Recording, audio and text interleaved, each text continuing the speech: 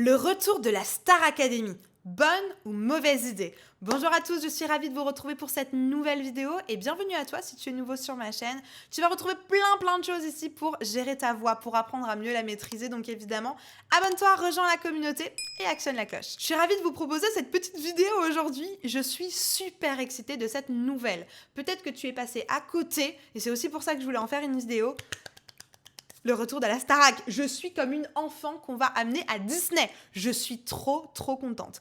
Et je voulais vous apporter mon avis aujourd'hui sur la Star Academy, si je pense à mon niveau que c'est une bonne ou une mauvaise idée. Mais évidemment, j'ai aussi fait cette vidéo pour que vous puissiez me donner votre avis dans les commentaires. Évidemment, et je l'espère, toujours avec bienveillance et avec respect.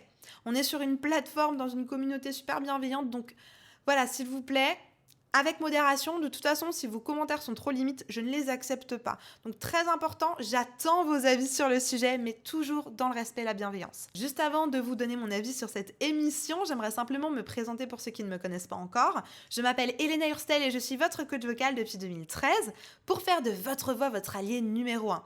N'hésitez pas, rejoignez-moi également sur Facebook et sur Instagram. Comme d'habitude, dans la description, il y a un petit cadeau qui vous attend, c'est une masterclass. N'hésitez pas à aller la récupérer, il y a vraiment des pépites à l'intérieur. Allez, c'est parti! Star Academy, le retour, bonne ou mauvaise idée? Bon, alors comme je vous l'ai dit en introduction, pour moi, je suis comme une dingue. J'ai grandi avec la Star Academy. Je pense que la première édition, je devais avoir 7 ans, un truc comme ça. J'étais complètement dingo de cette émission. Je regardais tout le temps, j'avais les CD, les posters. Enfin bref, j'étais vraiment une groupie de cette émission. J'ai adoré. Et je pense que pour beaucoup, c'est un petit peu la Madeleine de Proust, en fait, la Starac. C'est vraiment, ça nous rappelle une belle époque, des bons moments avec nos proches à regarder les primes, etc. Donc, est-ce que c'est une bonne idée? Alors, vous avez l'habitude que je vous donne toujours deux côtés. Je vais commencer par c'est une bonne idée. Selon moi, c'est une bonne idée pour plein de choses. C'est une bonne idée parce que, selon moi, c'est un programme qui était vraiment fort intéressant, avec de nouveaux talents à découvrir. Et je trouve qu'on découvrait les talents beaucoup différemment, selon moi, que sur la Nouvelle Star et The Voice. Pour moi, la Nouvelle Star et The Voice, ça m'a jamais parlé. J'ai jamais été attirée ni par l'un ni par l'autre. Parce que pour moi, on ne voit pas la personne. Et moi, je m'attache beaucoup aux artistes et j'aime les artistes en apprenant à les connaître, en fait. Et c'est pour moi le plus de la Star Academy, c'est de les voir évoluer, de les voir ensemble, de les voir en dehors, en fait, et de se rendre compte que oui, c'est des artistes, mais moi, j'ai besoin de voir un peu plus la personne. Moi, si quelqu'un, je vois, je sais pas, une personne qui est mauvaise, qui est méchante, etc., bah, je vais pas aimer l'artiste, en fait. Je peux pas, moi, dissocier la personne et l'artiste. Pour moi, c'est pas possible. Donc, je trouve que c'est un vrai plus. Alors, évidemment, il y a toutes ces dérives un petit peu, bah, on les voit manger, aller sous la douche. Bon, ça, c'est pas trop ce qui m'intéresse. Moi, ce que j'aime voir là-dedans, c'est l'expérience de la vie en communauté, mais surtout l'expérience téléspectateur d'avoir l'impression de le vivre avec eux. Enfin, il y avait vraiment des moments super drôles. Moi, je me rappelle, surtout la Starac 1, les fous rires que j'ai pu avoir avec Jean-Pascal, avec voilà, tout ce qui se passait dans la Starac, c'était super intéressant. Donc moi, pour toutes ces choses-là, je trouve que c'est vraiment une bonne idée. En plus de ça, pour moi, le format de The Voice, il s'essouffle complètement. Et je trouve ça chouette de continuer à avoir des émissions avec des chanteurs, mais sous un nouvel angle, ou du moins sous un angle qu'on a déjà vu, mais peut-être avec une nouvelle approche. On n'est plus dans la même génération, on n'est plus à la même époque, en fait. Donc, moi, ce que j'aimerais juste, par contre, c'est avoir des vraies personnes et des vrais anonymes quelque part. Parce que, voilà, c'est sûr que d'avoir des professionnels à la Starac, pour moi, ça n'a pas de sens. On a envie de voir évoluer les gens. On a envie de voir, je sais pas moi, une petite bichette qui s'appellerait, je sais pas, Natacha, qui au début a pas trop confiance en elle. Elle chante pas très juste. Et à la fin, elle sort de la Starac et puis elle a une super voix. Moi, je trouve que c'est ça le côté puissant, en fait, de la Starac. C'est de nous montrer qu'on peut faire évoluer sa voix. Et je trouve que le problème de The Voice, c'est qu'en fait, c'est déjà des artistes finis, en fait. C'est des artistes, la plupart, c'est des professionnels qui sont là pour un petit peu de visibilité. Et du coup, moi, le concept me dérange parce que c'est un peu biaisé, en fait. Alors oui, c'est super, on est là, nanana, pour la scène, pour le public. Ouais, en fait, vous êtes là pour vous faire voir et c'est OK, mais il faudrait l'assumer un peu plus, je trouve. Et moi, ce que j'aime dans ce côté de Starac, alors bien sûr qu'il y a aussi à peu près la même souche, mais on voit des artistes grandir. Et moi, c'est vraiment ce que j'aime dans la Star Academy. En plus de ça, ce que j'aimais beaucoup à l'époque, c'était le mélange des disciplines. Pour moi, le fait qu'il y ait de la danse, qu'il y ait du théâtre, qu'il y ait du sport, ça fait vraiment comprendre le métier de chanteur. Pour moi, un chanteur, c'est pas juste quelqu'un qui maîtrise de la technique vocale. C'est quelqu'un qui sait utiliser son corps, qui sait maîtriser une scène, qui est un minimum sportif parce que chanter, ça demande de l'énergie. Et évidemment qui sait interpréter une chanson ou un texte, etc. C'est vraiment, selon moi, le métier de chanteur, quelque chose qu'il faut travailler dans toutes ces directions-là.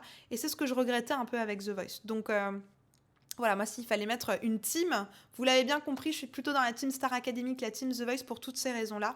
Donc pour moi, c'est une très très bonne idée. Juste avant de continuer, n'hésite pas à mettre un like à cette vidéo. Et évidemment, maintenant, je vais vous expliquer pourquoi, selon moi, c'est peut-être une moins bonne idée, ou peut-être les warnings que j'aurais envie de donner. Alors, j'en ai déjà donné un de warning, qui est le fait de ne pas avoir de professionnel, parce que ça n'a pas de sens, en fait. Un professionnel, il va arriver là-dedans, il sait déjà chanter, alors pourquoi tu vas dans l'école de chant? Enfin, pour moi, ça n'a pas d'intérêt. Donc, j'espère vraiment qu'il y aura des profils super intéressants, qui démarrent ou qui sont là pour apprendre, pour qu'on les voit éclore au fur et à mesure des 10 semaines d'aventure, parce que cette fois-ci, ça sera sur 10 semaines, dans le même château que d'origine. Et voilà, moi, c'est vraiment ce que j'attends. Et un autre warning aussi, j'espère, pareil, qu'on pourra aussi découvrir des profs. Alors, je sais que du coup, ça manque un peu de stars, parce qu'à l'époque, on avait des primes avec des superstars, et aujourd'hui, ces stars-là se déplacent plus vraiment, en fait. Ça fait très longtemps qu'on n'a pas vu Rihanna sur un plateau télé français, ou de manière générale sur un plateau télé. Voilà, je prends Rihanna, comme je pourrais prendre Mariah Carey et compagnie, ça coûte très cher, et en plus de ça, les stars aujourd'hui se déplacent plus, donc c'est sûr que on n'aura pas des primes à la hauteur de ce qu'on a connu avec des stars, des monuments à la Céline Dion, Elton John, Stevie Wonder, etc. qu'on a eu dans les précédentes éditions. Donc ça, c'est sûr que ça va être un peu décevant. Et j'espère aussi, selon moi, que les profs seront nouveaux. Je suis pas sûre de vouloir avoir Jean-Pascal en prof de théâtre et Jennifer en prof de chant, quoi. Parce que, en fait, ce que moi, je n'aime pas, par exemple, dans The Voice, c'est cette espèce d'hypocrisie avec, Jennifer et Amel Bent, elles coachent les candidats. Je sais pas si vous êtes au courant, mais c'est pas la réalité, en fait. Il y a des vrais coachs qui bossent avec eux dans l'ombre. Et moi, j'aimerais bien qu'on les voit, ces coachs-là. Parce que, pour moi, de faker des cours avec des têtes d'affiche pour faire de l'audimat, c'est triste. Donc je sais, alors peut-être que je connais mal comment fonctionne la télé, mais c'est sûr que moi, en tant que téléspectatrice, j'ai envie de voir les vrais gens, les vrais coachs, et pas les coachs d'image, quoi. Donc j'espère vraiment que les coachs de la Star Academy ne seront pas des anciens élèves ou ne seront pas des têtes d'affiche, mais qu'on pourra avoir des anonymes peut-être aussi qui viendront pour enseigner leur savoir, et des vrais anonymes qui sont là pour donner leur passion et pas qui sont là pour se faire voir à la télé. J'espère en tout cas que ça sera ça, même si j'ai l'impression de vivre dans un monde de licorne.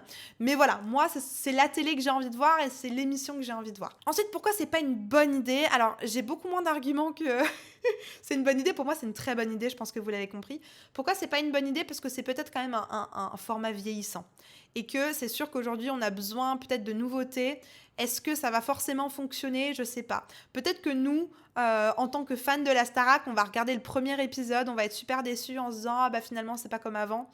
Et peut-être que moi, mon envie de vouloir revoir la Starac, c'est une envie hyper nostalgique de revivre des choses qui se sont déjà passées. Et clairement, aujourd'hui, à l'ère des réseaux sociaux, ça sera pas la même chose. Mais voilà, il y a peut-être juste cette chose-là où je suis pas hyper convaincue, et avec toutes les autres choses que je vous ai dit par rapport à The Voice, où j'ai peur qu'il y ait quand même des héritages entre les chanteurs professionnels, les profs stars mis en avant. Moi, je trouverais que ça ferait un peu fake. Alors, je sais pas si vous l'avez regardé, mais il y a la version avec Lara Fabian, qui est la directrice au Canada. Et moi, j'ai bien aimé. Alors, j'ai regardé que des extraits, mais ça m'a donné vachement envie de regarder, en fait, parce que je trouvais ça très sain. Et moi, les coachs que je voyais, il n'y avait pas des grosses têtes d'affiche, ou voilà, c'était juste des coachs qui venaient là pour enseigner leur savoir et leur expertise, et j'ai vraiment apprécié ça. Donc, espérons que ça fonctionne aussi bien que ce qui s'est passé au Canada. Je trouve que voilà, d'avoir une tête d'affiche pour directeur, c'est une très très bonne idée. D'avoir eu Lara Fabian pour le Canada, c'était évidemment une très très bonne idée. J'espère qu'ils feront le même choix pour la France. Donc j'ai pas tellement d'arguments pour une fois sur le côté mauvais, parce que pour moi c'est un bon format, même pour éduquer les gens et les téléspectateurs au fait qu'un artiste chanteur, c'est pas juste chanter, il y a plein de disciplines autour qui sont absolument indispensables. Et en plus de ça, pour moi c'est une bonne idée, parce que ça permet de voir que des gens lambda, sans jugement, sans rien du tout, peuvent, avec comment dire, avec quelques cours, avec un suivi, peuvent avoir du résultat. Moi, je me bats avec ça et c'est pour ça que je vous montre des témoignages pour vous montrer qu'on peut vraiment avoir du résultat. Je me bats vraiment avec ça. Et si on peut le voir à la télé, de voir des gens qui évoluent, qui gagnent en prestance, qui gagnent en assurance, en aisance dans leur voix, ben c'est tout gagné parce que je suis certaine que vous, chez vous, ça va vous motiver à prendre un coach, à vous faire accompagner pour réaliser votre rêve. Donc pour moi, c'est super positif. Je sais pas si du coup vous avez vu le lien du casting. Si c'est pas le cas, je vous le mets en description, le petit lien du casting. Donc voilà, selon moi, si vous êtes un amateur, pas un professionnel parce que selon moi, c'est pas la place des pros, mais si vous êtes un amateur, que vous aimez la musique, que vous rêvez de faire une aventure hors du commun, en tout cas moi, c'était pas mon métier, je courrais faire la Star Academy parce que moi, c'est un rêve, enfin ça aurait été un rêve pour moi de le faire. Donc n'hésitez pas à candidater, j'ai plusieurs de mes coachés déjà qui ont candidaté et plusieurs de mes coachés que je prépare à cette émission, que je prépare au casting, etc. Si ça vous dit quelque chose, si vous avez envie, dans la description, il y a toujours le petit lien avec le formulaire, mon petit formulaire de coaching. Donc expliquez-moi votre problématique dans ce petit formulaire. Si vous avez envie qu'on fasse de la préparation au casting, c'est possible.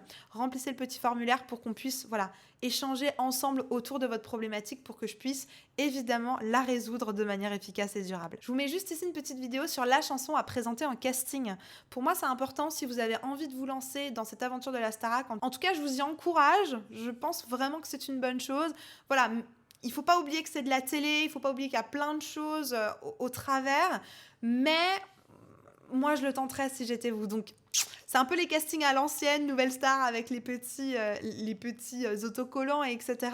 Donc, moi, je trouve ça intéressant. Donc, n'hésitez pas à tenter votre chance. Et je vous mets juste ici une vidéo, comme je vous le disais plus tôt, sur quelle est la bonne chanson à choisir pour un casting. Je vous la mets juste ici, la vidéo. En attendant de vous retrouver juste ici dans cette vidéo, je vous souhaite une bonne journée, une bonne soirée. N'oubliez pas, likez, abonnez-vous et partagez cette vidéo à quelqu'un qui est aussi excité que moi pour le retour de la Starac. Et évidemment, vous avez l'habitude que je vous le dise. Croyez en vous. Tout est possible. Je vous assure, tout est possible. Allez, à tout de suite, on se retrouve dans cette vidéo.